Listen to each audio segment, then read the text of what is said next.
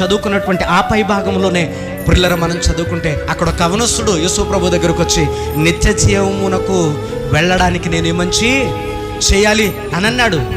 ఆ స్టోరీలో ఆఖరి భాగంలో ప్రభు అన్నాడు, ప్రియులారా నీకున్న సమస్తాన్ని విడిచిపెడితే తప్ప, నన్ను వెంబడిస్తే తప్ప నువ్వు నిత్య జీవం పొందుకోలేవు అని అన్నాడు. యేసు ప్రభుని వెంబడించాడా? అక్కడ వాక్యంలో వ్రాయబడిన మాట ఏంటో తెలుసా? అతను వ్యసనపడుచు అక్కడ నుండి వెళ్ళిపోయాడట. ఇదేని ముందు ప్రియులారా, లోకం కావాలనుకుంటే దేవుడు నీతో ఉండడు. దేవుడు కావాలి అనుకుంటే లోకాన్ని విడిచిపెట్టి నువ్వు రావాలి.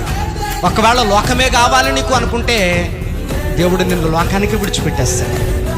ఒకవేళ నా దేవుడు నాకు కావాలి అని అనుకుంటే లోకములో నుండి నిన్ను ప్రత్యేకించుకుంటాడు.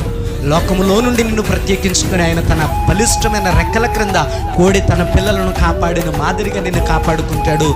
పరలోక రాజ్యంలో ఉండేటువంటి స్వాస్థ్యాన్ని నువ్వు స్వతంత్రించుకుంటావు.